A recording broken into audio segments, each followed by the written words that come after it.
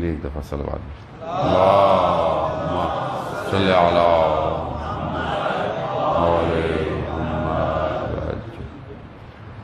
لا حول ولا قوة الا باللہ العلی العظیم حسبنا اللہ ونعم الوکیل نعم المولا ونعم النصیر اعوذ باللہ من الشیطان الرجیم بسم اللہ الرحمن الرحیم الحمد للہ الذی یؤمن الخائفین وینجی الصالحین ویضع المستكبرین وَيُهْلَكُ مَلُوكًا وَيَسْتَخْلَفُ آخَرِينَ والصلاة والسلام على رسول ثقلین محبوب رب المشرقین والمغربین جد الحسن والحسین نبینا سیدنا بالقاسم محمد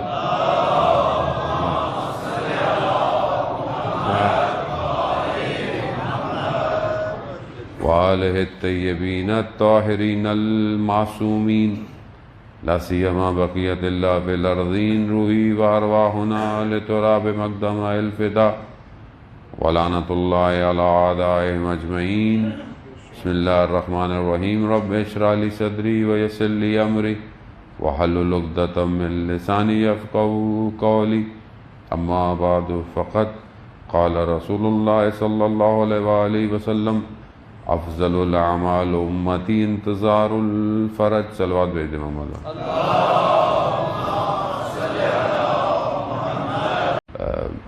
مغفرت اور دعا کو چھپائے ہوئے ہے شب جمعہ زیارت سید الشہداء بھی ہے کہ انسان کو ہر جمعرات کو امام حسین علیہ السلام کی زیارت جو ہے وہ پڑھنی چاہیے جانا چاہیے اور ہر شب جمعہ جو ہے وہ ساری ارواحیں اور انبیاء اولیاء اوصیاء ائمہ علیہ السلام اور شہداء ہر ساری روحیں جو ہیں وہ کربلا میں موجود ہوتی ہے یقیناً ہر مومن کے دل کو بھی ایسے ہی ہونا چاہیے کہ وہ بھی جو ہے وہ کربلا کی طرف اس کی توجہ ہو کربلا کی طرف اس کا دل جو ہے وہ مائل ہو ظاہری طور پر اگر ہم نہیں بھی جا سکتے تو ہمارا دل جو ہے وہ کربلا کی طرف ہونا چاہیے دنیا میں جتنا امام حسین علیہ السلام کا کرم ہے اس سے کہیں زیادہ عالم برزخ میں ہمیں امام کی ضرورت ہے اور جو جتنا یہاں امام کا ذکر کرے گا قریب ہوگا وہ عالم جو ہے وہ اتنا ہی امام کی طرف انسان کو متوجہ کرے گا تو بہرحال یہ تھوڑی سی دیر گفتگو جو ہے وہ کیونکہ بہرحال شب جمعہ بھی ہے اور ہمارے اپنے مومنین اور ہمارے جتنے مرحومین ہوتے ہیں ان کی روحیں جو ہیں وہ ہمارے گھروں میں بھی آتی ہیں ہمارا انتظار بھی کرتی ہیں اور ہماری طرف متوجہ ہوتی ہیں کہ میرے پیچھے میری اولاد میرے چاہنے والے میرے لیے کیا کر رہے ہیں تو ہمیں توجہ ہونی چاہیے ان کے لیے بھی صرف اپنے لیے زندہ رہنا نہیں چاہیے اور اگر آج ہم اپنے مرحومین کے لیے کچھ کریں گے تو کل یقیناً ہمارے پیچھے بھی ہماری اولاد کچھ لوگ جو ہے وہ ہمارے لیے بھی کچھ کریں گے عالم ابھی جب انسان بدن سے روح نکلتی ہے اس عالم میں جاتی ہے وہ دوسرا عالم جو ہے وہ ایسا نہیں ہے کہ کہیں اور ہے بلکہ عالم برزخ جو ہے وہ ہمارے اس عالم کے ساتھ جو مادہ ہے اس کے پیرلل ہے اس کے ساتھ ساتھ ہے اور ہم جو بھی عمل انجام دیتے ہیں وہ عمل ریئل ٹائم میں اپنی شکل اختیار کر جاتا ہے عالم برزخ میں یعنی جو بھی ہم یہاں عمل کرتے ہیں چاہے اچھا ہو یا خدا نہ خواستہ برا ہو وہ یہ نہیں ہے کہ آپ جائیں گے تو آپ کے لیے کچھ ہوگا نہیں آپ نے یہاں عمل کیا وہ عمل مجسم ہو جائے گا چاہے وہ اچھا ہے تو اچھی چیز بنے گی بری ہے تو وہ بری چیز بن جائے گی اور یہ آپ کے ساتھ ساتھ ہے اور جس حالت میں انسان کا خاتمہ ہوتا ہے وہ جو اس کی اصل حالت عالم برزخ میں ہوتی ہے وہی سامنے آ جاتی ہے یہ جو انسان مرتا ہے تو اس کو سکور کارڈ دکھا دیا جاتا ہے یہ کیسے ہوتا ہے کیسے ہوتا ہے کہ انسان اپنی قبر خود تیار کرتا ہے؟ یہ جو کہا جاتا ہے، ہوتا کیا ہے کہ ہم جو کر رہے ہوتے ہیں وہی ہمارے باطن، ہمارے عالم میں باطن پہ اثر کر رہا ہے۔ مثال کے طور پر میں نے اگر کوئی نیکی کی ہے تو کوئی اچھی چیز یا میری اپنی شکل اچھی ہو جائے گی عالم برزخ میں۔ ایک تو میں ظاہر ہوں جو آپ مجھے دیکھ رہے ہیں، لیکن اصل میری شکل کیا ہے؟ وہ میری باطن ہے، میری روح، میرے نفس کی کیفیت کیا ہے۔ اس سے ظاہر ہے صرف اہل معنی، اہل دل جو ہیں وہ اس کو دیکھ سکتے ہیں۔ آج بھی دنیا میں لوگ ایسے ہیں کہ جو انہیں دیکھتے ہیں اور جنہیں نظر آتا ہے کہ جب ان کی خدمت میں کوئی پہنچتا ہے تو وہ اس کی اصل شکل کو دیکھ رہے ہوتے ہیں اور اسی کو دیکھ کر وہ اس کی ٹریٹمنٹ کرتے ہیں، کیونکہ بہرحال جتنے بھی ایسے لوگ ہیں وہ روحانی ڈاکٹر ہیں، اور ڈاکٹر کبھی بھی جو ہے وہ نقصان نہیں، اگر آپ چھپانا بھی چاہیں گے اس سے تو آپ ڈاکٹر سے چیز چھپا نہیں سکتے۔ تو یہ اللہ تعالیٰ نے ہمارے لیے دروازہ کھلا رکھا ہے۔ آیت اللہ عظمہ بہجت رضوان اللہ تعالیٰ علیہ کی شب جمعہ ہے، آپ کی صلوات ان کے درجات میں اضافہ فرمائے۔ اللہم صلی علی محمد آل محمد وعجل۔ آیت اللہ عظمہ بہجت کی خدمت میں جب بھی کوئی جاتا تھا تو بہرحال مشہور تھا کہ آغا بہجت کو انسان کی اصل نفس کی شکل نظر آتی ہے، تو لوگ گھبراتے بھی تھے جانے سے ان کی طرف۔ تو ہم نے بھی اپنے استادوں کے ساتھ دیکھا کہ ہمیں بھی پتہ تھا کہ ہمارے استاد کو اصل شکل نظر آتی ہیں۔ اب یہ کس طرح آتی ہیں یہ تو وہی جانتے ہیں کیسے نظر آتی ہیں، لیکن ہم بھی یہی کوشش کرتے تھے کہ ہم سے اگر کوئی غلطی ہو گئی ہے تو ہم آگے نہیں جاتے تھے ان کے آگے، کہ کوئی غلطی کر بیٹھے ہیں تو اب ان کے سامنے جائیں گے۔ تو ہمارے ایک استاد نے ہمیں کہا کہ یہ تم ادب نہیں کر رہے، یہ اپنے اوپر ظلم کر رہے ہو، کیونکہ اگر تمہارے اندر کوئی بیماری ہے روح کی تو وہی علاج کرے گا جو روح کا ڈاکٹر ہے، تو تم اس سے دور کیوں جا رہے ہو؟ تم جاؤ ان کے پاس تاکہ وہ تمہارا علاج کریں۔ تو عزیزان محترم، رجب علی خیاط جو ایک بہت بڑے عارف اپنے زمانے میں گزرے ہیں، وہ کہتے ہیں کہ میں جو ہے وہ ایک قبرستان گیا اور میں نے دیکھا کہ قبرستان میں بڑی خوشبو آ رہی ہے، اور میں نے اس سے پوچھا گورکن سے کہ یہاں کسی کو دفنایا ہے؟ تو اس نے بولا ہاں یہ ایک کسی کو یہاں دفنایا ہے۔ تو وہاں پہنچے اور کہا کہ بہت خوشبو آئی ہے، تو لوگوں کو نہیں آئی، تو انہوں نے کہا کیونکہ ان کے لیے عالم برزخ کھلا ہوا تھا، ان کے لیے عالم برزخ ایسے ہی تھا جیسے ہم ایک دوسرے کو دیکھتے ہیں۔ تو وہ کہنے لگے کہ اس مردے کی، یعنی جو شخص فوت ہوا ہے، اس کی قبر پر سید الشہداء تشریف لائے ہیں، جن کے آنے کی وجہ سے خوشبو اس پورے قبرستان کو معطر کیا ہے، اور اس ایک شخص کی وجہ سے پورے قبرستان میں جو لوگ دفن تھے ان کے گناہوں کو بخش دیا گیا۔ یعنی ایک شخص اس کمال پہ پہنچ جائے کہ خود امام اس کی قبر پہ تشریف لائیں، کیا مقام ہوگا؟ یعنی اس کا مطلب ہے کچھ کیا ہے زندگی میں ایسا۔ تو یہ باطن جو ہے یہ بہت مہم ہے عزیزان محترم۔ بہرحال جو میری گفتگو ہے میں کوشش کروں گا اس کو جو ہے وہ اس میں وارد ہوں اور اس کی طرف آپ کی توجہ لے کر حاضر کروں کہ یہ باطن بہت مہم ہے امام تک پہنچنے کے لیے۔ ہم اجتماعی طور پر جب جمع ہوتے ہیں اور بڑے اچھے عمل کرتے ہیں، دعا پڑھتے ہیں، مجلس کرتے ہیں، لیکن ہماری خلوت اور تنہائی بہت زیادہ مہم ہے، اور باطن کو یہی تشکیل دے رہی ہوتی ہے۔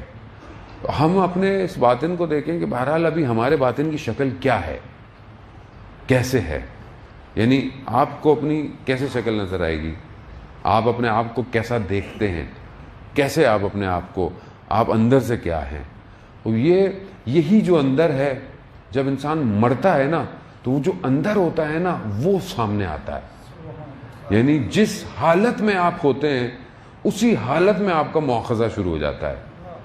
اگر آپ نے کسی پہ ظلم کیا، آپ کہتے ہیں نا جی یتیم کا مال کھایا، تو آپ نے آگ اپنے بطن میں ڈالی ہے، تو آگ مجھے اور آپ کو تو نظر نہیں آ رہی ہے، لیکن بطن آپ کے آگ سے ہوتا ہے، اور خدا نہ خواستہ اسی حالت میں مر گئے آگ میں جلتے رہیں گے، ہمیں نہیں محسوس ہوگا۔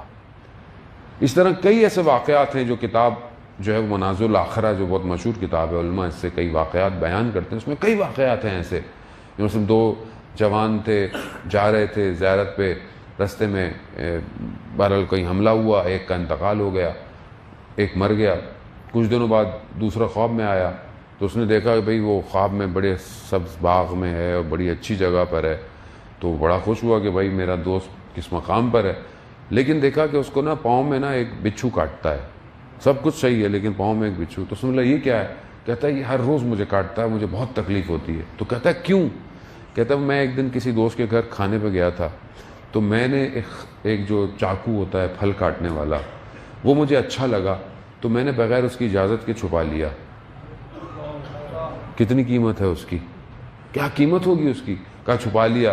کہتا ہے اب یہ وہ چاقو بچھو بن کر مجھے عالم برزخ میں روز تکلیف دے رہا ہے. تو کہا میں کچھ کر سکتا ہوں؟ کہتا ہاں تم میرے گھر جاؤ، فلانی جگہ پر وہ رکھا ہوا ہے، وہ جا کر اسے دے کر آؤ، اسے بولو کہ مجھے معاف کرے، جب تک معاف نہیں کرے گا میں اس عذاب میں مبتلا رہوں گا. تو یہ تو چھوٹی سی چیز ہے. ہم اپنی زندگی میں کیا کر رہے ہیں؟ کتنے لوگوں کا دل دکھاتے ہیں، کتنے لوگوں کا حق کھاتے ہیں خدا نہ خواستہ. دکان میں گئے بغیر پوچھے اٹھا لیا، چکھنے لیا بغیر مالک کی اجازت کے، بغیر کسی کی گاڑی میں گزرتے ہوئے اسکریچ مار دیا، اس کو بتایا ہی نہیں. کتنی چھوٹی چھوٹی چیزیں ہیں جن کو ہم اپنی زندگی میں توجہ نہیں دیتے، اور عالم برزخ میں پھنسے ہوئے ہیں لوگ. اس ٹائم پھنسے ہوئے ہیں عزیزان محترم، پھنسے ہوئے، شدید پھنسے ہوئے ہیں. ہم متوجہ نہیں ہیں. وہ جن کو اجازت ملتی ہے وہ تو خواب میں آ کے اپنے پیچھے اولاد کو یا کسی دوست کو آ کے بتا دیتے ہیں کہ ہم پھنسے ہوئے ہیں، لیکن ہماری کیونکہ زندگی خود اتنی مادی ہے، ہمیں خواب بھی صحیح نہیں آتے، اور آتے بھی ہیں تو ہم توجہ ہی نہیں کرتے کہ سامنے والا کیوں پھنسا ہوا ہے. تو ہم متوجہ نہیں ہیں اس عالم سے. اور یہ وہ عالم ہے کہ جہاں ائمہ نے بھی یہ ارشاد فرمایا ہے کہ ہم آخرت میں تمہاری شفاعت کریں گے، عالم برزخ میں خود اپنا انتظام کر کے آنا. کیوں؟ کیونکہ عالم برزخ عزیزان محترم ایک ایسی وادی، آیت اللہ شہید دستغیب، کہ آپ کی صلوات ان کے درجات میں اضافہ فرمائے. اللہم صلی علی محمد عجل. یہ میں اس لیے صلوات پڑھاتا ہوں کیونکہ وہ عالم برزخ میں جب ان کو کچھ ہدیہ جائے گا یہاں سے، تو اس عالم سے دیکھیں گے اسے یہ کہاں سے آ رہا ہے، بیریہ ٹاؤن سے ہمیں صلواتیں آ رہی ہیں، تو وہ بھی کچھ نہ کچھ پہ آپ کی طرف جو ہے وہ عطا ضرور کریں گے. ایک اور دفعہ صلوات بھیج دیں. محمد صلی علی محمد آل محمد وعجل. آیت اللہ شہید دستغیب اپنی کتاب میں بیان کرتے ہیں ایک عالم دین کا واقعہ، اور وہ اپنے والد سے اس بات کو بیان کرتے ہیں کہ انہوں نے اپنے خواب میں اپنے والد کو دیکھا. تو انہوں نے خواب میں والد کو دیکھا اور پوچھا کہ بابا عالم برزخ میں کیا معاملہ ہے، کس طرح معاملہ ہے، عذاب کیسا ہے؟ تو انہوں نے کہا بیٹا میں بتا تو نہیں سکتا کیونکہ وہ عالم دوسرا ہے، وہ عالم میں مثل ہے، اس عالم میں بدن نہیں ہے، یہ والا بدن نہیں ہے، اس عالم میں جو ہے وہ سپیس ایسی نہیں ہے، اس میں ٹائم نہیں ہے، وہ الگ سپیس میں ہے، ایک الگ اس کی ڈائمنشنز ہیں. تو کہا کہ میں تمہیں مثال دے سکتا ہوں وہاں عذاب کیسا ہے. تو کہا بالکل ایسے کہ چاروں طرف پہاڑوں اور درمیان میں تم پھنسے ہوئے ہو اور بھیڑیے تمہارے پیچھے لگے ہوئے ہوں، تم فرار نہ کر پاؤ. عالم برزخ میں عذاب ایسا ہے. یعنی دنیا میں اگر آپ کے پیچھے کچھ لگ جائے، کوئی جانور لگ جائے تو آپ بھاگ جائیں گے، تو ادھر کوئی جگہ ہوگی، یا آپ کو کوئی مشکل ہو جائے تو آپ بولیں گے کہیں نہ کہیں تو نجات ملے گی. وہاں نہیں ہے ایسا، وہاں کہیں نہیں بھاگ سکتے، وہاں یہ عذاب کی کیفیت ہے. کہا بابا اچھا پھر یہ جو ہم ہدیہ بھیجتے ہیں، یہ جو ہم کوئی چیز ایسی کرتے ہیں جو ثواب کے لیے ہو مرحوم کے، تو یہ کیسے وہاں پہنچتا ہے؟ تو کہا میں اس کو بھی تمہیں ایکسپلین نہیں کر سکتا، سمجھائیں، لیکن میں مثال دے سکتا ہوں کہ جیسے کسی بند کمرہ ہو اور اس میں عجیب گرم دھواں ہو، شدید اس میں گرمی ہو، اور ایک کھڑکی کھل جائے اور اس کھڑکی سے تازہ ہوا کا جھونکا آئے.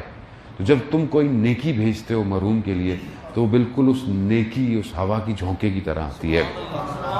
تو ہم اپنے سارے مرحومین کے لیے ایک دفعہ صلوات بھیج دیں. صلی علی محمد وآل محمد وعجل. تو یعنی اس طرح یہ جو چیز ہم کہتے ہیں مردے کو کیا فائدہ ہوگا صلوات سے، نیاز سے، کھانے سے، اس کے نام پہ کوئی صدقہ دے دینا، اس کے نام پہ کسی مسجد میں کچھ کروا دینا، قرآن رکھ دینا، یا مطلب کسی کو فقیر کو، کسی ضرورت مند کو کوئی لباس دے دینا اس کے نام سے، تو یہ سب اس کو پہنچتا ہے اور وہ زیادہ ضرورت مند ہے. یہ اس لیے کیونکہ دیکھیں یہ وہ عالم ہے کہ جو اس عالم سے بڑا کنیکٹڈ ہے، اور جب تک آپشن ہے جب تک ساری چیزیں کھلی ہوئی ہیں. خود حضرت عیسیٰ کا میں نے پہلے بھی آپ کی خدمت میں واقعہ بیان کیا کہ حضرت عیسیٰ گزر رہے تھے، دیکھا قبر پہ عذاب ہے. کچھ عرصے کے بعد دوبارہ گزرے تو عذاب نہیں تھا. کہا پروردگار کیا معاملہ ہے یہ، پھر عذاب ختم ہو گیا. کہا اس کی اولاد میں سے کسی نے ایک پل ٹوٹا ہوا تھا، اس پل کو بنایا تاکہ لوگ صحیح طرح گزر سکیں، اس نیکی کی وجہ سے ہم نے اس کی قبر سے عذاب ہٹا دیا ہے. یعنی اگر اولاد میں سے کوئی بھی نیک کام کرے گا تو آپ کے اپنے آباء و اجداد کی عالم برزخ میں اگر خدا نخواستہ مشکل میں ہے تو اس کو بھی جو ہے وہ، اس لیے کہتے ہیں کہ اگر کوئی بچہ قرآن پڑھ دے، بسم اللہ پڑھ دے، تلاوت کر دے، بسم اللہ قرآن سیکھ لے تو اس کی نسلوں تک جو ہے وہ ان کی مشکلات جو ہے وہ حل ہو جاتی ہیں. یعنی ہم نے، کیونکہ ہم صرف مادے میں پھنسے ہوئے ہیں، میٹر میں ہیں، تو ہم سمجھ نہیں پاتے کہ دوسرا جو عالم ہے وہ کیا ہے. تو عزیزان محترم، علماء اکرام ایسے گزرے ہیں کہ جنہوں نے ایٹ اے سیم ٹائم پہ اس عالم میں بھی تھے، اس عالم میں بھی دیکھتے ہیں، اس عالم سے چیزیں لاتے ہیں، چیزوں کو پہنچاتے ہیں. ہم جو بھی کام کرتے ہیں، ہم بعض اوقات کوئی کام کرتے ہیں ظاہری فائدے کے لیے، ظاہر سے فائدہ ہو، لیکن بہت سارے ایسے کام ہیں کہ جس کا فائدہ ہو سکتا ہے ظاہر میں آپ کو اتنا نظر نہ آ رہا ہو، لیکن باطن پہ آپ کو افیکٹ ڈالتا ہے. بہت بڑے عالم دین تھے اور ان کے بارے میں کہتے ہیں کہ جب وہ نجف اشرف میں مولا کی حرم کی زیارت پہ جاتے تھے تو ابا کو اوڑھ کے، جب جاتے تھے تو صحیح تھے، جب واپس آتے تھے تو ابا اوڑھ کے آتے تھے. تو ان کے شاگرد نے ایک دن روک لیا ان کو کہ بھائی جاتے تو آپ سیدھے ہیں، واپس آپ ابا کو سر پہ کیوں اوڑھ کے آتے ہیں؟ تو کہا میں نہیں بتا سکتا. کہا نہیں آپ کو بتانا پڑے گا. کہا ایک شرط پہ، جب تک میں زندہ ہوں تم یہ بات کسی کو نہیں بتاؤ. کہا میں وعدہ کرتا ہوں. کہا کہ جب میں اندر جاتا ہوں تو مولا عنایت کرتے ہیں، زیارت میں مجھے عنایت کرتے ہیں تو میری برزخ کی آنکھ کھل جاتی ہے، اور جب میری برزخ کی آنکھ کھل جاتی ہے تو مجھے لوگوں کی اصلی شکلیں نظر آتی ہیں، اور میں اس لیے، اور یہ کیفیت تھوڑی دیر رہتی ہے، تو میں اپنے آپ کو ڈھانک کے اس لیے آتا ہوں کہ میں کسی کو نہ دیکھوں اس کی اصلی شکل، اور بعد میں جب میں اس سے ملوں تو میں اس کو اس کی طرح ملوں، کہیں اندر کی شکلیں کیسی ہیں. تو بہرحال وہ شاگرد تھا، اس نے بڑی ضد کی کہ مجھے بتائیں کہ میری شکل کیسی ہے. تو چھوڑو رہنے دو. کہا نہیں جب تک آپ مجھے بتائیں گے. تو کہا تمہاری شکل اندر سے گدھے جیسی ہے. یعنی ہم واقعاً، ہمیں نظر نہیں آتا، ہمارا عمل جس طرح ہوتا ہے اندر اسی جانور کی طرح ہماری شکل ہو جاتی ہے. انسان بننا آسان نہیں ہے عزیزان محترم، واقعاً انسان بننا، یعنی یہ خود انسان جانتا ہے اس کے اندر کیا حالت ہے، لیکن اگنور کرتا ہے اپنے آپ کو، توجہ نہیں دیتا، کیونکہ مادے میں، کاموں میں، زندگی میں اتنا پھنسا ہوا ہے، اپنی طرف توجہ ہی نہیں دیتا. اور جب توجہ نہیں دیتا تو وہ بھول جاتا ہے کہ اندر سے کیا ہے. اور آپ دیکھیں بعض اوقات بڑا اچھا آدمی ہوتا ہے ٹھیک ٹھاک، لیکن ذرا سے کوئی بات کریں تو کیسا پھٹتا ہے. تو وہ اصل میں اندر سے وہ اچھی ہوتا ہے، اندر قابو نہیں کر پاتا. باہر بہت اچھا ہے، سلام کرتا ہے، پیار سے ملتا ہے، لیکن شاید اپنی زوجہ کے ساتھ بد اخلاقی کرتا ہے، اپنے بچوں کے ساتھ اس کا رویہ بہتر، اپنے ماں باپ کے ساتھ بے احترامی کرتا ہے، بدتمیزی کرتا ہے. کیوں؟ اندر سے وہ صحیح نہیں. تو ہم اس حالت میں کیسے اپنے امام تک پہنچیں گے کہ جب ہم اپنی اندر کی طرف متوجہ نہیں ہیں. پروردگار جو ہے، جہاں میں نے کل آپ کو خدمت میں عرض کی کہ حدود الہی جو ہیں، حدود الہی کو جب کوئی پامال کرتا ہے تو ظاہر ہے وہ خدا سے جنگ کر رہا ہے، خدا کے مقابلے میں آیا ہے. سورہ مجادلہ میں جہاں اس معاہدے کو، اس حدود کو ڈیفائن کیا گیا ہے، وہاں پر جو ہے وہ اگلی آیات جو ہیں وہ ایک نجوہ کی طرف، ایک سرگوشی کی طرف بات کر رہی ہے. کیا کہہ رہا ہے قرآن؟ کہہ رہا ہے کہ اگر جو دشمن نجوہ کرتا ہے، اگر یہ 3 لوگ ہیں تو چوتھا اس میں پروردگار ہے، اگر یہ 5 لوگ ہیں تو چھٹا اس میں پروردگار ہے. یعنی کوئی بھی شخص خدا کے مقابلے میں بیٹھا ہوا یہ جو نجوہ کرتا ہے، یہ جو سرگوشیاں کرتا ہے، یہ جو پلاننگ کرتا ہے، چاہے وہ اسلام کو تباہی کی ہو، چاہے وہ فرقہ واریت کی ہو، چاہے وہ کسی طریقے سے اسلام کے حدود کے مخالف ہو، یہ جو آپس میں پلاننگ کر رہے ہیں یہ سمجھ نہیں رہے. خدا قرآن میں کہہ رہا ہے کہ جو تم پلاننگ کر رہے ہو، تمہارے درمیان میں بھی سن رہا ہوں تمہاری پلاننگ. اور یہی وجہ ہے کہ صدر اسلام میں جب کوئی پلاننگ کرتے تھے یہ رسول کے خلاف، تو رسول پر وحی نازل ہو جاتی تھی کہ یہ منافقت آپ کے درمیان میں آپ کے خلاف یہ کرنا چاہتے ہیں. کیوں؟ کیونکہ خدا موجود ہے ہر جگہ. اور یہ بھول جاتے ہیں کہ جو نجوہ کر رہے ہیں اسلام کے خلاف، کسی چیز کے خلاف، یہ خدا کے مقابلے میں آ کر، تو یہ جو ہے وہ انہیں کوئی نہیں سن رہا، خدا سن رہا ہے. اور خدا اس بات کو اپنے ولی تک پہنچا دیتا ہے کہ یہ خلاف بات کر رہے ہیں. تو آپ گھبرائیں نہیں. آج کل کے دور کے اندر دشمن پلاننگ کر رہا ہے بیٹھا ہوا، فرقے واریت کر رہا ہے. خدا خود کہہ رہا ہے کہ میں سن رہا ہوں ساری پلاننگوں کو، اور اپنے لوگوں کو بصیرت. اس لیے آپ دیکھیں نا کہ جو با بصیرت ہے شخص، جو عالم با بصیرت ہے، وہ کیوں دور اندیشی کی باتیں کر رہا ہے؟ وہ کیسے دشمن کی باتوں کو پہچان لیتا ہے؟ وہ کیسے کہہ دیتا ہے کہ یہ تمہارا دشمن ہے، کچھ بھی کر لینا ہے، کبھی دوست نہیں ہو سکتا؟ کیوں؟ کیونکہ وہ جو نجوہ کرتا ہے اللہ اپنے ولی کو بتا دیتا ہے. قرآن یہ کہتا ہے. ظاہر ہے ہم قرآن سے ظاہر ہے ہم دور ہیں اتنے زیادہ، ہمیں قرآن سمجھ میں اس طرح نہیں آتا. یہ نجوہ، یہ سرگوشیاں عالم میں ہیں، اور اس نجوے کا اصل سرگوشی کا دشمن کی اصل ہدف کیا ہے؟ وہ کیا پلاننگ کرتا ہے، کیا گفتگو کرتا ہے؟ اس کے 3 ہدف قرآن بیان کرتا ہے. پہلا کہ یہ گناہ کی طرف متوجہ کرے. کس طرح ایک شخص سے گناہ کرایا جائے، کس طرح اس کی خلوت میں گناہ کرایا جائے، کس طرح اس سے واجبات ترک کیے جائیں. یہ وہ یہی سرگوشی کرتا ہے آپس میں بیٹھے. دوسری چیز وہ دشمنی پہ لے کر آتا ہے. کس سے؟ خدا اور رسول کے مقابلے میں. جب آپ سے واجب ترک کرائے گا، جب آپ سے گناہ کرائے گا، اور ایک گناہ تو یہ فردی ہے، دوسرا گناہ اجتماعی ہے. یعنی کوئی ایسا گناہ کرائے، کوئی ایسا کرائے جس سے اجتماع میں مشکلات پیدا ہوں، اس اجتماع کے اندر، سوسائٹی کے اندر مشکلات پیدا ہوں، تو یقیناً پھر آپ خدا اور رسول کے مقابلے میں کھڑے ہیں، دشمنی کر رہے ہیں، تباہ کر رہے ہیں، معاشرے کو تباہ کر رہے ہیں، چیزوں کو تباہ کر رہے ہیں. تو یہ ساری سرگوشیاں جو تھیں، یہ صرف وہ زمانے میں نہیں، ابھی بھی دشمن مختلف جگہوں پہ بیٹھا ہوا سرگوشیاں کر رہا ہے کہ کس طرح اسلام کو نقصان دینا ہے، کس طرح مسلمانوں کے آپس میں تفرقے، کس طرح ان کو آپس میں لڑوانا ہے، کس طرح یہ سب جو آج کل آپ کے سامنے ہو رہا ہے یہ سب ظاہر ہو رہا ہے. اس سے بڑھ کر کہ کس طرح ان کو اس قابل کریں کہ یہ اپنے امام کو پہچان ہی نہ پائیں. یہ اس کا سب سے بڑا نجوہ ہے اس ٹائم، کہ کس طرح ان جوانوں کو برباد کیا جائے.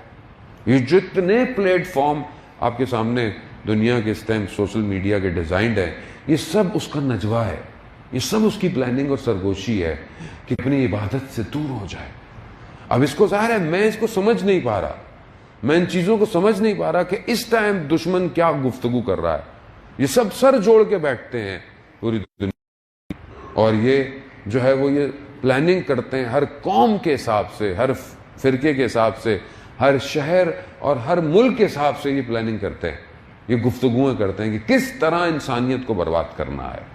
اصل میں ان کا یہ نجوہ خدا کے مقابلے میں ہے، یہ خدا کے نظام کے مقابلے میں آئے ہوئے ہیں، مگر ان کا یہ نجوہ کھوکھلا ہے، یہ کبھی بھی مقصد پہ نہیں پہنچ سکتے. عزیزان محترم، کیوں؟ کیونکہ اللہ کا ولی ہمیشہ سے کائنات میں موجود رہتا ہے، اور یہ جو پلاننگ کر رہے ہوتے ہیں ساری پلاننگیں اس کو پتہ ہوتی ہیں. اسی لیے وہ بھی پھر ایسی پلاننگ کرتا ہے جو ان کو نہیں پتہ ہوتی. دشمن نے کربلا میں کیا کیا؟ اپنی پلاننگ کی، نامے بھیجے، لیٹر بھیجے گورنر کو، اس کو روکو، اس کو روکو، مانتے نہیں ہیں تو گردن اڑا دو، نہیں مانے بیعت کراؤ، نہیں مان رہے، یہاں سے نکلے، وہاں سے نکلے، کعبہ آئے. کیوں کعبہ ترک کر دیا؟ کہا میں دیکھ رہا ہوں کہ احراموں میں تلوار لے کر آئے ہیں، نہیں چاہتے تھے، اس کی پلاننگ تھی یہی مار دیا جائے، حج میں جائے کہ لوگ آئے تھے مار دے، لیکن نہیں، اللہ کا ولی ہے، سارے نجوے سنتا ہے، سارے نجوے سنتا ہے، سن رہا ہے، سب پتہ ہے کہ یہ کیا چاہتے ہیں، کیا کر رہے ہیں. کہا یہاں نہیں ہوگا، کہا نہیں، خود آگے جائیں گے. آگے جا کر اللہ کے ولی نے اپنی پلاننگ سے کربلا ڈیزائن کی ہے، ان کی پلاننگ سے نہیں کی ہے. یہ کربلا میں امام کو لے کر نہیں آئے، امام نے ان کو بلایا پر ہے، کوئی نام و نشان نہیں ہوگا، ختم کر دیں گے. یہ نہیں پتا تھا یہی کربلا وہاں پہنچ جائے گی کہ پروردگار عرفے والے دن عرفہ کے منا پر بعد میں پہلے کربلا پہ تجلی کرے گا. یعنی کس مقام پر اس کو امام حسین لے کر آئے، اس خاک کو، کہ تم سمجھے کہ ہم اسی خاک میں ختم کر دیں گے، دفنا دیں گے، نہیں، اسی خاک کو، پوری دنیا میں کوئی خاک ہی نہیں اس خاک کے علاوہ شفا کے لیے، اس خاک کو شفا بنا دیا امام حسین نے، اس تربت کو نہ صرف شفا بنایا بلکہ حجابات کو ختم کرنے کا طریقہ بنا دیا۔ حدیث وقت نہیں ہے کہ میں آپ کو وہ بیان کروں، انشاءاللہ اگر فرصت رہی ایام میں، کہ کس طرح یہ حجابات کو ختم کرتی ہے۔ عزیزان محترم، اس مقام پر لے کر آئے۔ کیوں؟ اللہ کا ولی پلاننگوں سے جانتا ہے، اللہ کا ولی ہے، حجت الہی ہے۔ یہ تو انسان ایمان لے کر آئے، خوف کیسا؟ دنیا آپ کے مخالف ہو جائے، دنیا آپ کے مقابلے میں جمع ہو جائے، دشمن جتنا بھی ہو جائے، کچھ نہیں کر سکتا۔ کیوں؟ کیونکہ وہ جتنی بھی پلاننگ کر رہا ہے اللہ کا ولی اس سے واقف ہے، ساری چیزیں واقف۔ وہ بہت مشہور واقعہ جو ائمہ کے ایک عالم دین کا واقعہ تھا کہ جہاں مشکل میں پڑ گئے شیعہ، تو انہوں نے توسل کیا امام سے کہ ہم 3 دن کی مہلت مانتے ہیں اور ہمیں مل جائے۔ تو ایک دن بھیجا، ایک کو گریا کیا، بڑا اس نے کیا، نہیں ملے۔ دوسرے دن بیابان میں چلے گئے، گریا کرتے رہے، نہیں ملے۔ تیسرے دن تیسرا گیا، اور کئی لوگوں میں سے انتخاب کیے تھے چند لوگ، انہوں نے تیسرا گیا، اس نے اتنا گریا کیا، امام مل گئے۔ امام نے بتا دیا یہ جائے، وہاں جاؤ، ایسا ایسا ہے واقعہ، آپ لوگوں نے سنا ہے، تو لانی میں آپ کا وقت نہیں لینا چاہتا۔ تو سوال ہونے میں، مولا پہلے کیوں نہیں آئے، پہلے کیوں نہیں بتایا؟ کہا تم نے خود 3 دن کا وقت مانگا تھا، تم نے خود 3 دن کا وقت مانگا تھا، تو اس کا مطلب ہے تم اگر وہی بولتے ہم تمہیں وہیں آ جاتے، وہیں آ جاتے۔ عزیزان محترم، جب امام رضا علیہ السلام کی شہادت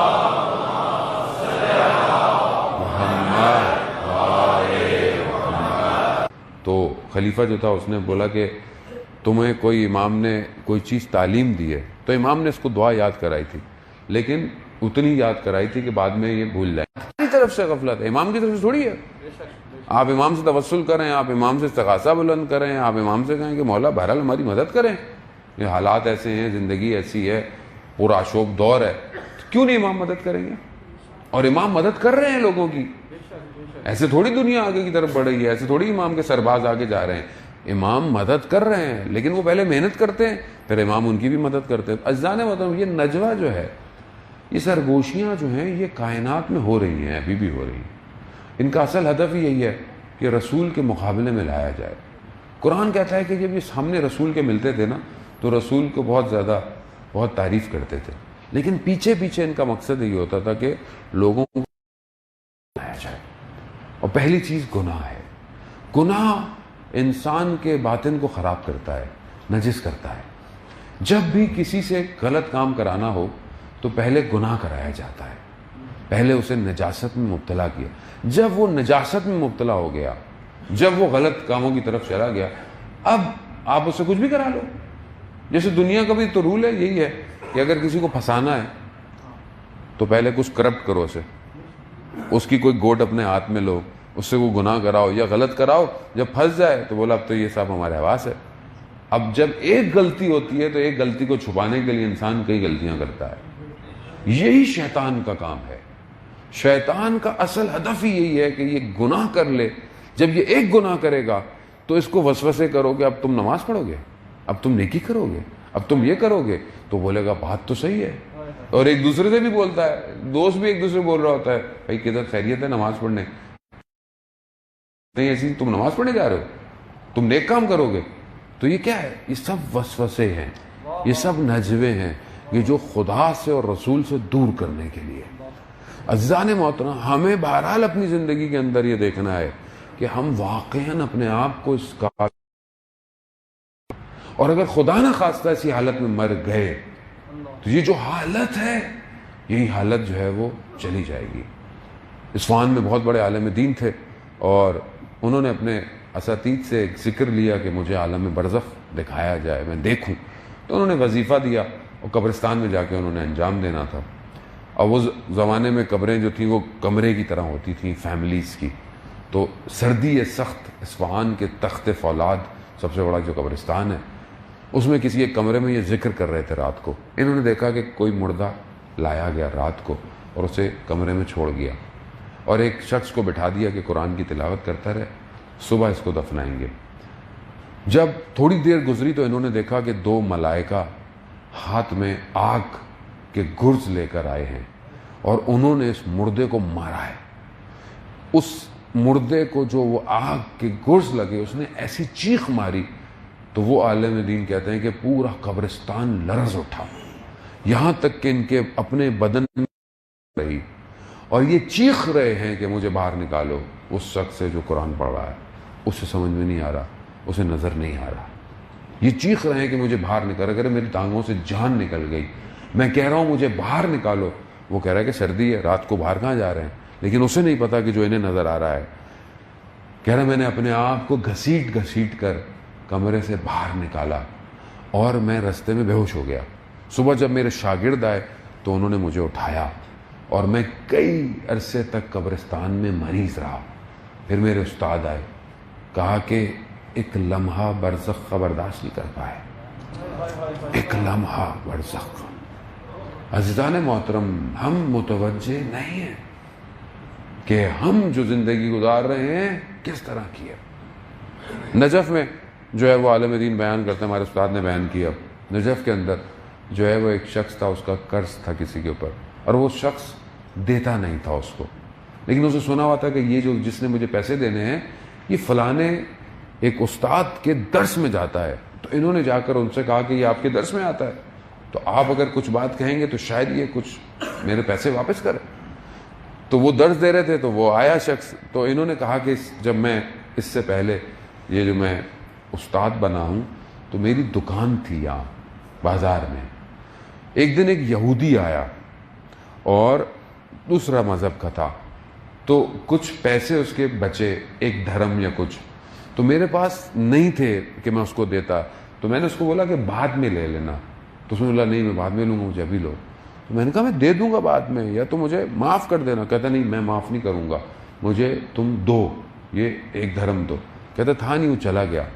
کہتا ہے میں نے رات کو خواب میں دیکھا کہ روز قیامت ہے اور میں صراط مستقیم سے گزر رہا ہوں، مجھے ملائکہ لے کے جا رہے ہیں، ایک طرف آگ ہے ایک طرف جو ہے وہ بہشت ہے۔ کہہ رہا اس آگ میں سے نا وہ باہر آیا اور اس نے میرا صراط مستقیم پہ راستہ روک دیا اور کہا کہ میرا ایک دھرم کہاں ہے؟ اب اس عالم میں کہاں سے لے کر آؤں تمہارا ایک دھرم؟ کہا نہیں، جب تک میرا دھرم نہیں دو گے میں جانے نہیں دوں گا۔ تو کہتے میں نے ملائکہ کو کہا کہ مجھے یہاں سے نکالو، تو ملائکہ کہہ رہے ہیں کہ جو دنیا کے حقوق تھے وہی پورے کر کے آنے تھے، ہم نہیں کچھ کر سکتے۔ تو کہا کہ میں نے بہت کیا، تو اس نے بولا کہ کچھ نہیں ہو سکتا، ہاں اتنا کر سکتا ہوں کہ یہ جو میں آگ میں جل رہا ہوں یہ اپنی انگلی تمہارے سینے میں لگاؤں۔ تو کہا میرے پاس اور کوئی آپشن تھا ہی نہیں، تو میں نے کہا لگاؤ۔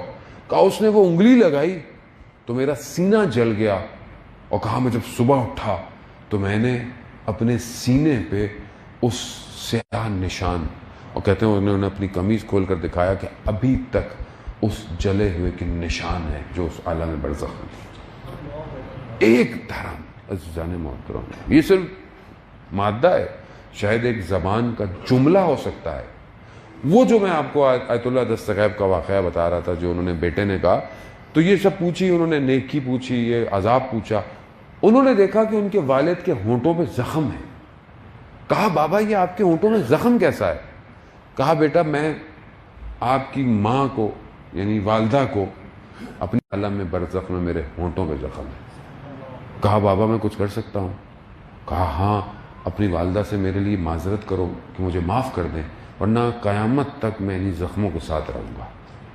وہ آئے اور انہوں نے اپنے والدہ سے کہا کہ بابا کو، تو کہا ہاں وہ ایسے لفظوں سے مجھے پکارتے تھے لیکن کیونکہ بڑے تھے تو میں خاموش رہتی تھی۔ عزیزان محترم، منہ سے نکلا ہوا جملہ عالم برزخ میں عذاب بن سکتا ہے۔ بچے کو مارا ہوا تھپڑ عذاب بن سکتا ہے، دیا ہے۔ آپ یہ جب آپ کا بچہ بالغ ہو جائے تو آپ اس سے معافی طلب کر لیں کہ آپ نے اس کو بچپن میں کتنا مارا ہے۔ بعض اوقات ہمیں کہتے ہیں نا بچوں کے لیے ہدیہ ہے، آپ بچوں کے پیسے جو کھا جاتے ہیں حق انہی کا ہے۔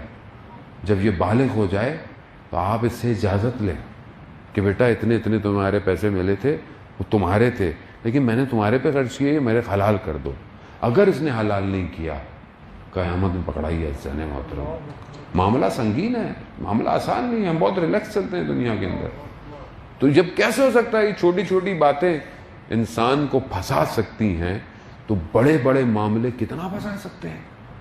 یعنی جب آپ ایک گھر کے معاملے میں پھنس گئے اور جب آپ حکمراں بن گئے، آپ کو کوئی پوسٹ مل گئی اور آپ کے منہ سے نکلا ہوا جملہ کتنوں کو نقصان دے سکتا ہے، کتنوں کی عزت خراب کر سکتا ہے، کتنوں کے لیے عذاب بن سکتا ہے، مشکل بن سکتا ہے. سب سے زیادہ عذاب اس شخص کو آئے گا جو کسی پوسٹ پر ہے اور اس نے حق ادا نہیں کیا. چاہے وہ پوسٹ حکومت کی ہو، چاہے وہ کوئی بھی پوسٹ ہو. جب آپ کو دیا اور اگر آپ کے ہوئے صادر کیے ہوئے جملے سے، کام سے، حکم سے، آرڈر سے، سگنیچر سے کہیں کوئی مصیبت پیدا ہو گئی، آپ پھنسے رہیں گے.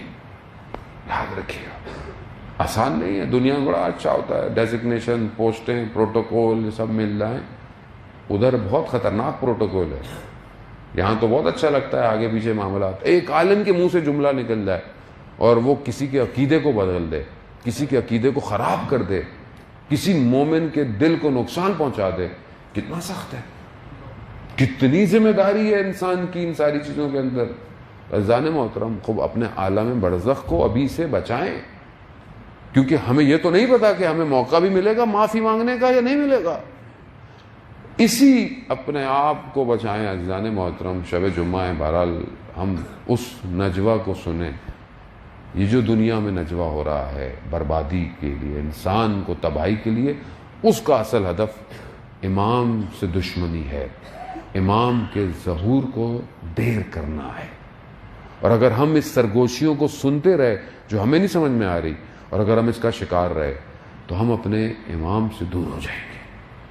پہچانے دشمن کو. دشمن شناسی بہت مہم ہے. دشمن کو پہچانے، وقت کے دشمن. اور بہرحال جو حالات ہمارے سامنے اس ٹائم ہیں، شہر ہمارے اپنے ملک کے حالات ہیں، اس میں بہت زیادہ بصیرت ہونے کی ضرورت ہے. جذبات کی ضرورت نہیں ہے. دشمن تو چاہتا ہے جذبات آپ کے ہائپ کرے، آپ کے جذبات بڑھائے، آپ غلط پوسٹیں ڈالیں، آپ اور اشتعال پیدا کریں. بالکل یعنی بصیرت ہونے کی ضرورت ہے. دشمن کی سازش کو کاٹنے کی ضرورت ہے. توسل کریں کہ پروردگار یہ نجوہ جو ہو رہا ہے، جو ہمارے خلاف سازشیں ہو رہی ہیں، تو سن رہا ہے، تو ہر چیز سنتا ہے، تو یہ ہم تک یہ پہنچا تاکہ ہم صحیح فیصلہ کریں، ہم بحیثیت قوم صحیح فیصلہ کریں، ہمارے علماء ہمیں صحیح ڈائریکشن پہ لے کے جائیں. کیونکہ ذمہ داری ہے عزیزان محترم. اگر ہم ذرا سی بھی کوئی غلطی کرتے ہیں تو بات یہ ہے کہ وہ بقول شاعر کے یہ جو تم نے غلطی کی ہے برسوں جینے کی، صدیوں اس کا خمیازہ بھگتو گے. تو بات یہ کہ اگر ایک غلطی ہوتی ہے تو وہ کئی عرصے تک انسان کو دھکیل دیتی ہے. اور یہاں پر جو ہے وہ ہم اس لیے کہا جاتا تھا، دیکھیں کئی عرصے سے یہ کہا جاتا ہے، مسلسل علماء اکرام اس کو بیان کرتے ہیں کہ بصیرت ہوں، دشمن کی سازش کو سمجھیں، ہدف کو سمجھیں. امام پہنچے ہی کربلا اس لیے تھے کہ اس ٹائم اسلام کے لبادے میں دشمن آیا ہوا تھا. بھئی اگر دشمن سامنے ہوتا تو واضح تھا. دیکھیں نا کتنا کیسا لبادہ تھا کہ ابھی تک کچھ لوگ جو ہیں وہ ان کی تعریفوں میں لگے ہوئے ہیں. ابھی تک وہ کہہ رہے ہیں بھائی وہ یزید بھی نعرہ ہے، بھائی زندہ رہے. کس بات پہ زندہ رہے؟ یہ نہیں بول رہے کہ مطلب اگر آپ یزید کے لیے جو ہے وہ لعنت اللہ کے لیے آپ زندہ باد کہہ رہے ہیں تو اس کا مطلب یعنی کیا؟ یعنی امام حسین کے قاتل زندہ باد، نعوذ باللہ. یعنی واقع حرہ 3 دن تک جو ہے وہ مسجد نبوی میں گھوڑے بندھے رہے اور کیا ظلم ہوا مدینہ پہ، وہ زندہ باد. خانہ کعبہ پہ حملہ کیا، وہ زندہ باد. لیکن بے بصیرت ہی ہے. کیوں بے بصیرت ہے؟ خوب اندر بھی مشکل ہے. ایک تو پیچھے سے مشکل ہے، دوسرا یہ ہے کہ لبادہ ایسا اڑا تھا کہ قوم سو رہی تھی. سمجھ میں نہیں آیا. امام پہنچے کربلا، امام نے کربلا کو ایسا ڈیزائن کیا کہ ان کے چہروں سے نقاب کھینچے جائے. اگر یہ کربلا میں واقعہ نہیں ہوتا، مکہ میں ہو جاتا تو آپ کہتے آئے تھے لوگ امام کو مار گئے. کیسے پتہ چلتا ہے یزید کون ہے؟ وہ تو کہتا لوگ آئے تھے مار دیا، یہاں مار نہیں، کربلا میں امام نے، جب امام سے پوچھا گیا، جب امام رخصت ہو رہے تھے مدینہ سے، اپنے نانا کی قبر سے آئے اور ایک دن میں کئی دفعہ گئے، گریہ کرتے ہوئے آئے، خواب دیکھا، آئے، پوچھا، امام کی قریبی لوگوں نے پوچھا کہ اب آپ نے اگر ارادہ کر لیا ہے تو آپ خواتین اور بچوں کو کیوں لے کے جا رہے ہیں؟ تو امام نے کہا مشیت الہی ہے، اللہ کا ارادہ ہے، اللہ کا ارادہ ہے کہ یہ اسیر ہوں گے۔ یعنی اس کے پیچھے کیا ہے؟ یعنی اس پوری، اگر آپ دیکھیں کہ اگر یہ ہمیں دیکھیں، ہم تو ابھی ہمیں کیوں ایسا لگتا ہے؟ کیونکہ ابھی ہم 1400 سال فاصلے پر ہیں، تبھی ہمیں لگتا ہے کہ دیکھیں وہاں گڑبڑ تھی، وہاں گڑبڑ تھی، وہاں گڑبڑ۔ اگر ہم خود وہاں ہوتے، امام نے مکہ کو ترک کیا عین اس وقت جب لوگ مناسک حج ادا کرتے ہیں، ٹھیک ہے، امام نے چھوڑا، بڑے بڑے لوگ امام کے ساتھ نہیں آئے، کیا کر رہے تھے؟ مولا حج کر رہے، مگر یہ نہیں سمجھے کہ فرزند کعبہ چھوڑ کے جا رہا ہے، فرزند طٰہٰ، فرزند یاسین ہے، یہ چھوڑ کے جا رہا ہے، اس کا پیچھے بڑھو، اس کے پیچھے جانا چاہیے تھا، اس کا طواف کرنا تھا، اس کا طواف کرنا تھا، نہیں پہچان پائے۔ یہ آج ہم پہچان رہے ہیں، اگر ہم بھی اس وقت ہوتے، آسان نہیں ہے عزیزان محترم یہ پہچاننا، امام کو آسان ہوتا تو بہت سے لوگ ہوتے، مشکل کام تھا، اسی مشکل کو آسان بنایا امام نے کربلا کے، کہ قیامت تک جو بھی قومیں آئیں گی، لوگ آئیں گے، انسانیت آئے گی، پہچان لے یزید شخص نہیں ہے، یزید نظام ہے پورا۔ زندہ آباد، زندہ آباد، مردہ آباد، مردہ آباد، اللہم صلی علی محمد۔ اب دیکھیں ظاہراً تو کتنا آسان تھا، بھئی مار دیں، کچھ لوگوں کو مار دیا، نکل جاؤ، ان کو اسیر بنا کے لے جاؤ، ظاہراً تو ان کے لیے تھا تو کوئی بات نہیں، لیکن انہیں کیا پتا کہ امام نے کتنا سب کچھ ڈیزائن کیا ہوا ہے۔ امام اپنے 6 مہینے کے بچے کو لے کے اس لیے آئے تھے کہ تمہارے چہرے سے نقاب اتار دیں، نقاب اتارا ہے، ایک 6 مہینے کے بچے نے یزیدیت کو بے نقاب کیا ہے، تاکہ قیامت تک لوگ بولیں کیسے لوگ تھے، 6 مہینے کے بچے کو پانی نہیں دے سکتے تھے، اس لیے وہ باب الحوائج ہیں، 6 ماہ کا بچہ جو ہے وہ باب الحوائج ہے، وہ کل بہرحال آپ کی خدمت میں بڑھا میں نے۔ تو یہ جو امام ہوتا ہے اللہ کا ولی، یہ ہم اس کو دور میں پہچاننے میں ہم سے تاخیر ہوتی ہے، اس کی وجہ کیا ہوتی ہے؟ ہمارا باطن مشکل میں ہے۔ امام دلوں کا طبیب ہوتا ہے، جب دل مشکل میں ہو تو طبیب تک نہیں پہنچ پاتے۔ ہر دور کے اندر اماموں کو لوگوں نے زیادہ نہیں پہچانا، مشکل لوگوں کی طرف سے تھی۔ ائمہ نے تو ساری مشکلات کو اپنے اوپر لیا، اور سید الشہداء نے تو پوری بشریت کی مشکلات کو اپنے اوپر لیا، تاکہ اس مشکلات کو لیں گے تو پوری طول انسانیت میں جتنی مشکلات ان کے اوپر آئیں گی یہ اس سے گزر پائیں گے۔ اگر یہ امام نے نہ کیا ہوتا آج آپ سے کوئی بھی مشکلات برداشت نہیں ہونی تھی۔ یہ جتنے واقعے ہوئے پورے تاریخ میں، انسانیت پہ تشیع پہ ظلم و ستم ہوا، بنی ہاشم کو دیواروں میں چنوا دیا گیا، اور ہر دور کے اندر اس کے بعد مشکلات ہوتی رہی، حتیٰ دوسری قوموں کے اوپر جو مشکلات آئی، جنہوں نے درسگاہ امام حسین سے لی تھی وہ صبر میں رہے، کامیابی میں رہے۔ اسی لیے کہا جاتا ہے کہ امام حسین علیہ السلام بشریت کی نجات کے لیے آئے تھے، بشریت کی نجات ہے۔ ہمیں خود سمجھنا ہے کہ ہم اپنے وقت کے امام کو سمجھیں کہ ابھی امام ہمارے وقت کا ہم سے کیا چاہتا ہے۔ اس وقت جب خانہ کعبہ کو چھوڑا امام نے، اس امام نے، تو لوگ نہیں سمجھ پائے کہ کیا مہم ہے، کیا اہم ہے، کیا واجب ہے، سمجھ نہیں پائے، گھرے رہے۔ آج بھی یہی ہے۔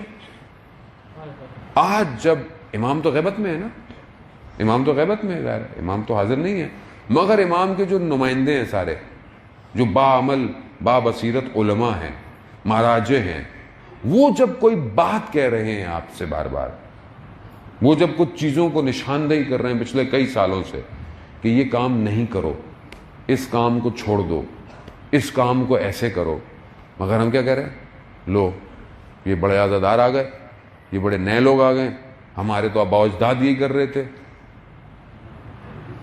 مشکل بات ہے نا، ظاہر ہے ہضم نہیں ہوتی ہے یہ بات۔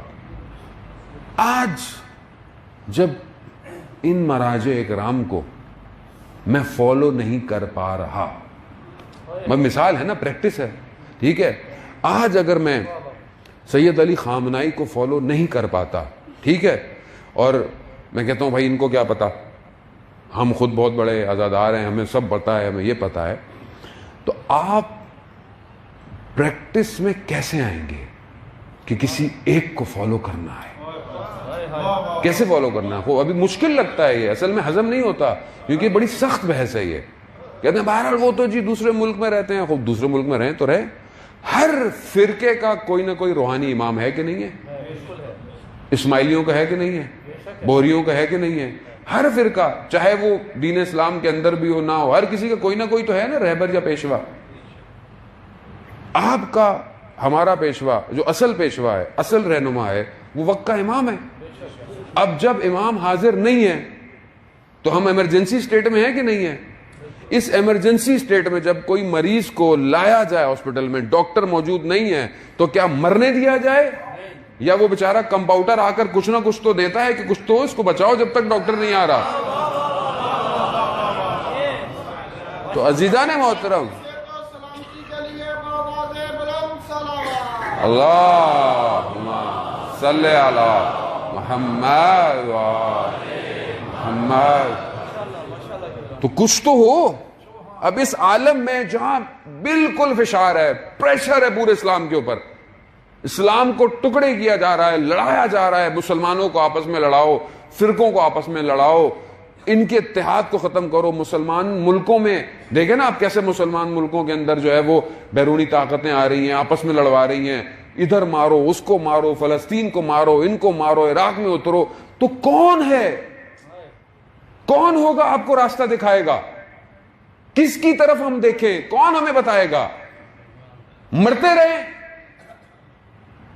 رہیں ایسے کیسے ہو سکتا ہے؟ وہ ماننے والے کہ جو یہ کہتے ہوں کہ رسول خدا نے جانے کے بعد اپنے ولی کو منصب پہ بٹھایا، کیسے ہو سکتا ہے وہ خدا جو نبی کے بعد بھی خالی نہیں چھوڑ رہا، امام کو بھیج رہا ہے، تو غیبت کے اندر بغیر کسی کے آپ کو چھوڑ دے گا؟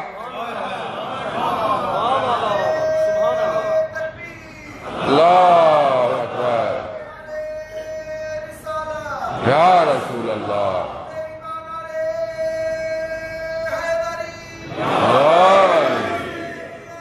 زندہ باد، زندہ باد، مردہ باد، مردہ باد، اللہم صلی علی محمد۔ عزیزان محترم، کہاں جائیں، کہاں دیکھیں، کس کو دیکھیں گے آپ؟ کسی کو تو بنائیں اپنا۔ یہ نہیں کہتے کہ آپ خود دیکھیں، کس کو بنائیں، کس کو بنائیں؟ خادم الحرمین کو آپ اپنا لیڈر بنائیں گے؟ یا ملیشیا کے پریزیڈنٹ کو اپنا لیڈر بنائیں؟ کس کو بنائیں؟ مسلمان، بحیثیت مسلمان سوچیں آپ۔ بڑے بڑے اہل سنت کو سمجھ میں آ گیا ہے کون ہے اس ٹائم مسلمانوں کا لیڈر، ہماری سمجھ میں نہیں آ رہا، کیوں؟ ہمیں لڑوایا گیا اسی چکر میں۔ بھائی آپ کن کی باتوں میں آتے ہیں؟ جن کو اپنے گلی کوچوں کا نہیں پتا، آپ ان کی باتوں میں آتے ہیں۔ وہ دنیا چلا رہے ہیں، مہاراج دنیا چلا رہے ہیں، ایک جملہ بولتے ہیں بڑے بڑے کاں کھل جاتے ہیں، ریڈ الرٹ میں رہتے ہیں۔ وہ سید دے دے کچھ مقامت والا، لبنان والا ایک جملہ کہتے ہیں، ریڈ الرٹ پہ رہتی ہے دنیا۔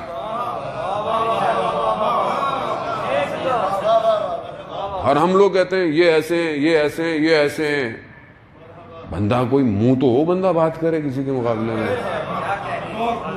عزیزانے، اور ہم بھی مطلب ہم بھی سن رہے ہیں خام خواہ بیٹھے ہوئے، یعنی ہم اپنے آپ کو برباد کر رہے ہیں اور کچھ نہیں کر رہے ہیں۔ نقصان جو کیا ہم نے کیا ہے۔ مجھے کسی نے کہا مولانا صاحب ابھی حالات بڑے سخت ہیں، آپس میں اتحاد کی بات کریں، ہم تو ہمیشہ اتحاد کی بات کرتے ہیں. ہم تو جب اتحاد بین المسلمین کی بات کرتے ہیں تو پہلے اتحاد بین المومنین کی بات کرتے ہیں. اور یہ جو ہم نے اتحاد اصل میں مومنین کو جو ہم نے کیا ہے، کس نے کیا ہے؟ کیوں ایسا مقام کیوں آیا کہ مومنین کی بھی اتحاد؟ مومن تو ویسے ہی مومن بھائی ہے، مومن مومن کا بھائی ہے. تو یہ تصور کس نے ڈالا کہ مومن کے آپس میں اختلافات ہیں؟ کس نے ڈالا یہ تصور؟ کس نے ٹکڑے کروایا مومنین کو آپس میں؟ کسی عالم نے بیٹھ کر ممبر سے؟ ٹھیک ہے، اگر کوئی اس لباس میں بھی آگے غلط بات کرتا ہے تو غلط کرتا ہے، اس سے کوئی فرق نہیں پڑتا. آپ لباس کو بھی دھوکہ مت کھائیے گا کبھی. میں معیار نہیں ہوں، نہ شخصیت پرست بنے. معیار اہل بیت کی تعلیم ہے.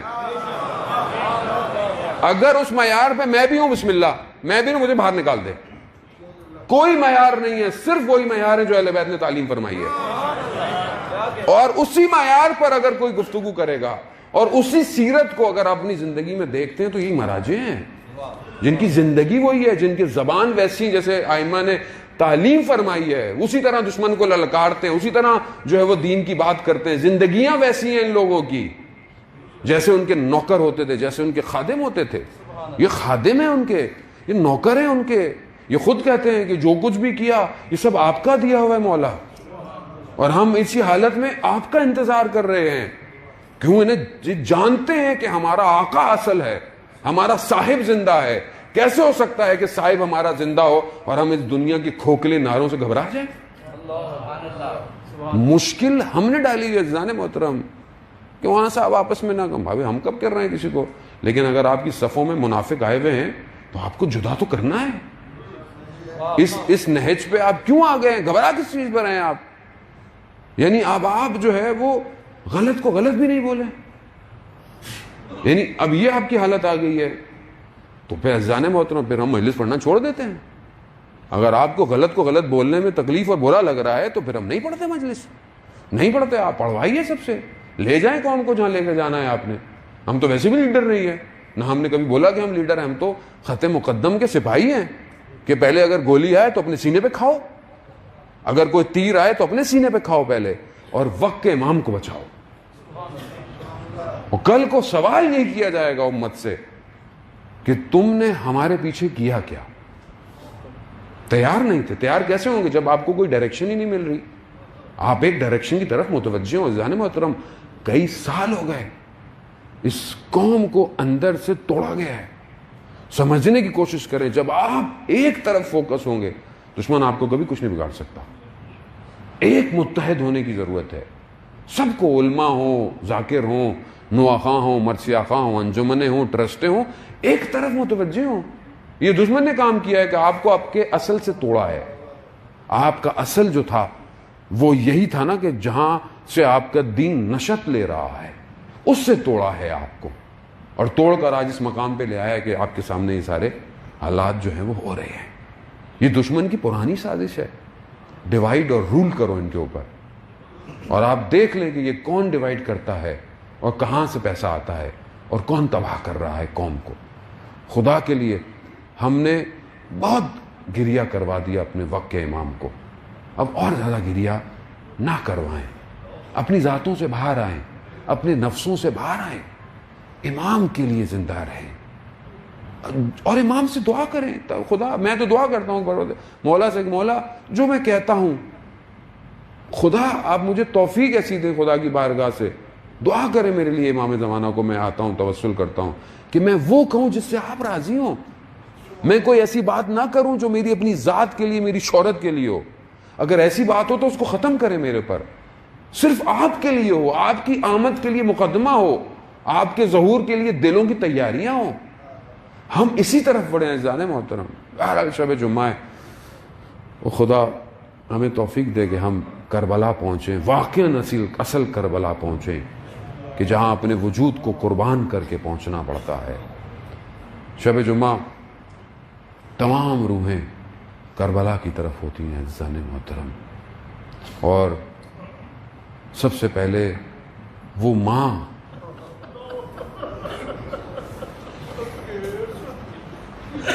ماں ہر شب جمعہ جو کربلا جاتی ہے اور اپنے فرزند کو دیکھتی ہے اللہ اکبر. عزیزان محترم، بہرحال وقت کافی گزر گیا، شب جمعہ بھی ہے، اور دلوں کو روانہ کریں کربلا. آپ جانتے ہیں کہ جب کربلا انسان جاتا ہے، اور علماء بھی بیان کرتے ہیں کہ پہلے جب جاؤ تو پہلے غازی عباس کے گھر میں جاؤ، پھر اجازت لو، پھر امام حسین کی زیارت کرو. کیوں؟ کیونکہ عباس علمدار ہے، عباس لشکر کا سردار ہے. آیت اللہ قاضی بھی یہ کہتے تھے کہ پہلے حضرت عباس سے اجازت لیا کرو، پھر امام کے پاس جاؤ، ایسے نہیں جاؤ. اللہ، کیا کیا حضرت عباس نے ایسا کہ خود آئمہ حضرت عباس کی تعریف کرتے ہیں. وقت نہیں ہے میرے پاس، اگر کل ہوا تو میں اس کو بیان کروں گا. آیت اللہ شمس الدین بیان کرتے ہیں کہ ایک عالم دین رات کو کربلا پہنچے، حضرت عباس کے حرم گئے تو دروازہ بند ہو گیا تھا، جا کر سو گئے. خواب میں کیا دیکھا کہ امام حسین کا حرم ہے اور رسول خدا اور امیر المومنین علیہ السلام تشریف رکھتے ہیں. ایسے میں ایک جوان آیا اور اس نے کہا یا رسول اللہ، حضرت عباس نے ایک جوان کی صحت کی سفارش مانگی ہے، آپ سے دعا کریں اس کے لیے. رسول خدا نے کہا کہ اس کا وقت پورا ہو گیا ہے، اب یہ بچ نہیں سکتا. وہ کہتا ہے کہ میں نے عالم دین، میں نے خواب میں پھر دیکھا کہ وہ جوان دوبارہ آیا اور رسول خدا سے کہا یا رسول اللہ، غازی عباس نے دوبارہ آپ سے درخواست کی ہے کہ آپ اس کی شفاعت کر دیں، اس کے لیے صحت کے لیے اسے خدا کی بارگاہ سے صحت دلا. رسول خدا نے کہا کہ مشکل ہے، اس کا وقت پورا ہو گیا ہے. تیسری دفعہ وہ عالم دین کہتے ہیں میں نے دیکھا غازی عباس خود تشریف لے آئے. کہا کس حالت میں؟ کہا دونوں بازو قلم ہوئے ہیں، آنکھ میں تیر لگا ہوا ہے، اور اسی حالت میں کہا یا رسول اللہ، خدا نے میرا نام باب الحوائج کیوں میں حاجتوں کا دروازہ ہوں؟ یا اس بچے کو صحیح کروا دیں، صحت دے گا، یا میرا یہ نام مرے سے لے لیں. اس کی ماں ہم سے متصل ہوئی ہوئی ہے. یہ عالم دین کہتے ہیں میں اٹھا، اور رسول خدا نے کہتے خواب میں کہا کہ اے علی میں دعا کرتا ہوں، آپ اس میں آمین کہیں، اور خدا کی بارگاہ میں دعا کی. کہتا میں اٹھا، اٹھ کر میں بھاگا، میں حرم گیا. میں نے خادم کو دیکھا، خادم پوچھا کہ یہ بتا حرم میں کوئی ہے؟ کہا کوئی نہیں ہے. کہا نہیں کوئی تو ہوگا. کہاں؟ یہ جو نجف کا بڑا قبیلہ ہے نا، اس کا ایک ہی فرزند ہے، اس کی ماں رات سے حضرت عباس کے ذریعے میں بیٹھی ہوئی ہے. میں نے کہا دروازہ کھولو. کہتا میں اندر گیا اور میں نے اس خاتون سے کہا اے بی بی جا، عباس نے تجھے تیرا بیٹا دلا دیا. اللہ، یا غازی عباس. ارے ہم بھی خطا کار ہیں، گناہ گار ہیں، بیمار ہیں، بہت سارے لوگ حاجتیں لے کر آپ ہی کے دروازے پر آئے ہیں. کس کے پاس؟ باب الحوائج ہیں آپ کو تو دعائیں مانگی گئیں، آپ کے لیے تو امام علی نے کتنی دعائیں مانگی، کہاں سے جو ہے وہ آپ پیدا ہوئے. ہاں عزیزان محترم، عباس نام ایسا ہے کہ جس کی وجہ سے اہل حرم کو بڑا سکون تھا. بس یہ تو تصور کرنے والی باتیں ہیں نا سر، کہ وہ بہنیں جنہیں پتا ہو عباس جیسا بھائی ہے وہ، تو ان کے ذہن میں کبھی تصور ہی نہیں تھا کہ ہاتھوں میں رسیاں بندھیں گی، بازاروں میں پھرایا جائے گا. کبھی سوچا ہی نہیں تھا عباس کی بہنوں نے. ہاں زیادہ، لیکن روز عاشورہ آئی آپ سنتے رہتے ہیں. بہرحال میں زیادہ آپ کو مزاحم نہیں ہوں گا، بس آنکھیں آپ کی نم ہو گئیں، آپ نے گریہ کر لیا، خدا قبول کر لے. روز عاشورہ آئی، ایک ایک کر کر چلے گئے، ایک ایک کر کر جانے لگے. جب لوگ جنگ کرتے تھے کوئی نہ کوئی، تو دشمن کے لشکر کو جو پیچھے پھینکتا تھا وہ غازی عباس تھا، پیچھے ہٹاتا تھا ہمیشہ. ایک مقام پر زہیر ابن کین سے حضرت عباس کے سامنے آئے، کہا عباس ایک بات کہوں؟ حضرت عباس نے کہا یہ وقت نہیں کوئی بات کرنے کا. کہا نہیں مجھے آپ کے بابا کی بات یاد آ گئی. کہا بابا کا نام لیا ہے تو کہو. کہا آپ کو پتا ہے آپ کے بابا نے آپ کو کیوں مانگا تھا؟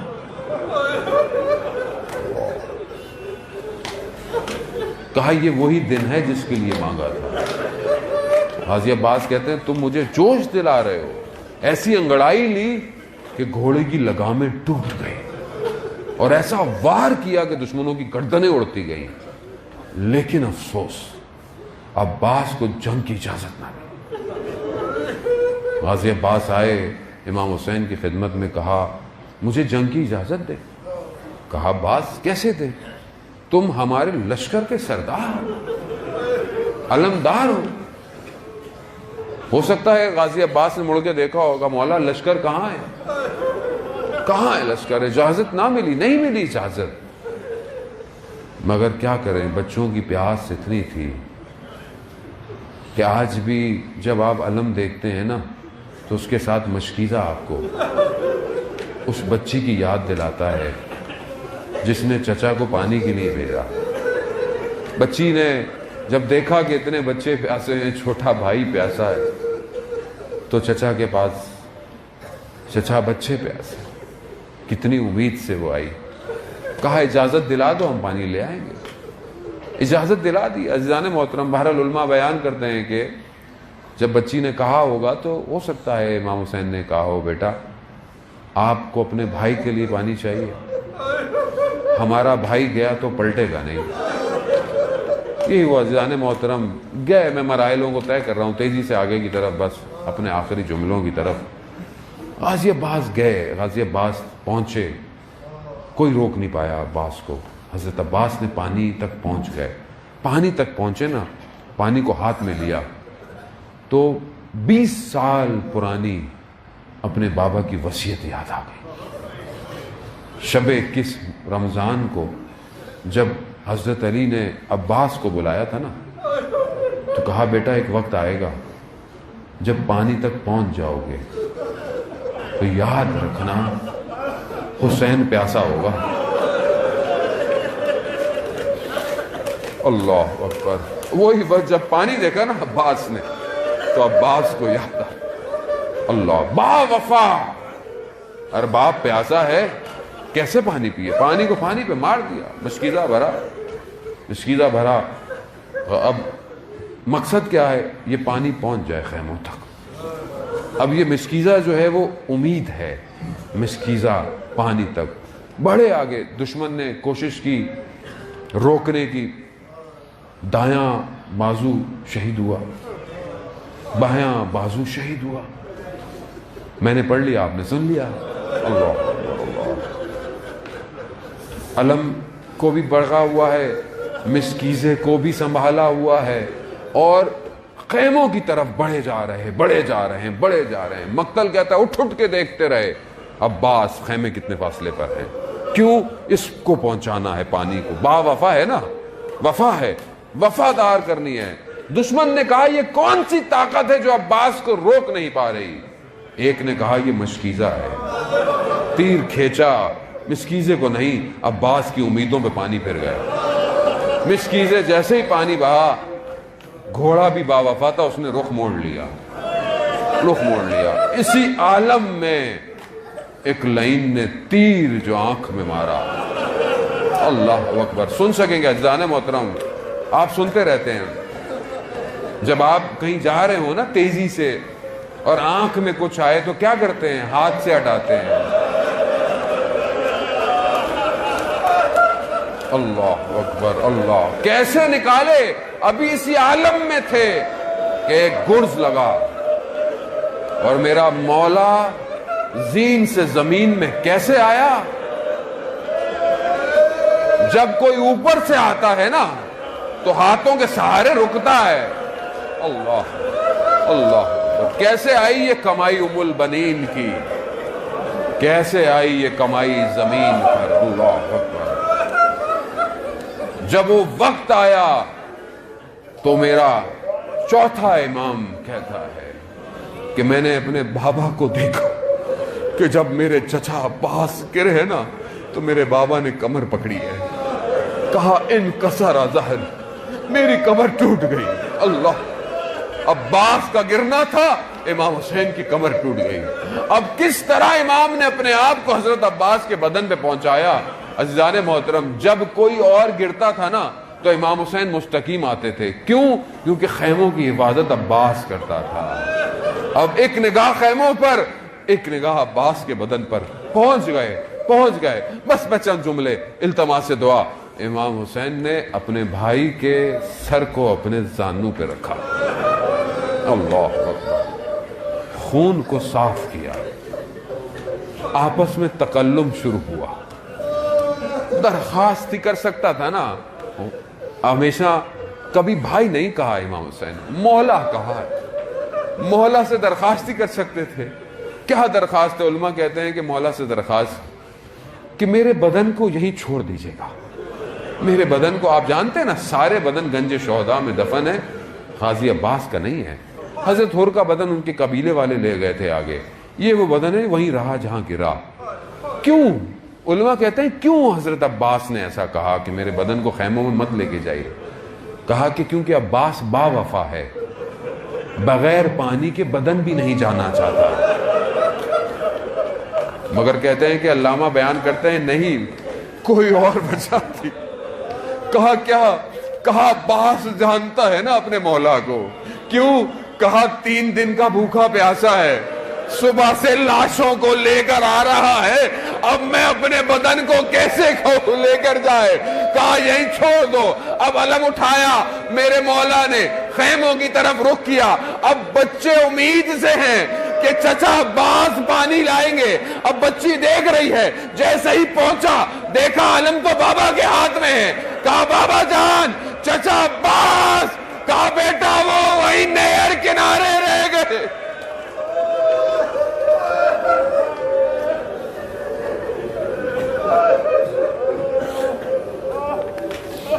لعنت اللہ علی القوم الظالمین وسیعلم الذین ظلموا ای منقلب ینقلبون.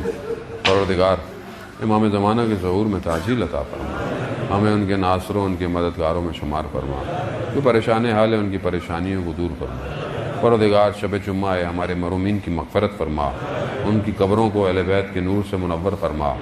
پروردگار جو بھی دنیا میں مشکلات ہیں مسلمانوں کی، ان کو سب کی جان مال عزت آبرو کی حفاظت فرما. آپ ہمارے ملک میں جو بہرحال تفرقہ کو پھیلانے کی کوشش کر رہا ہے، شر کو پھیلانے کی کوشش کر رہا ہے، پروردگار اس کو اس کے ناکام اور اس کے شوم ہدف میں اسے ناکام بنا. پروردگار ہمارے ملک میں استحکام اور عزت عطا فرما، اس کے دشمنوں کو نیست اور نابود فرما. علماء کرام، مراجع کرام کو طول عمر اور سلامتی عطا فرما. پروردگار جو بھی عزادار، ماتم، جلوس، مجلس کہیں بھی کر رہا ہے پوری دنیا میں، اس کی جان مال عزت آبرو کی حفاظت فرما. پروردگار ہمیں حج اور عمرہ کی زیارات کی توفیق عطا فرما. ہمیں کوئی غم نہ دے سوائے غم حسین کے. اللہم ارزقنا زیارت الحسین فی الدنیا و شفاعتہ فی الآخرہ.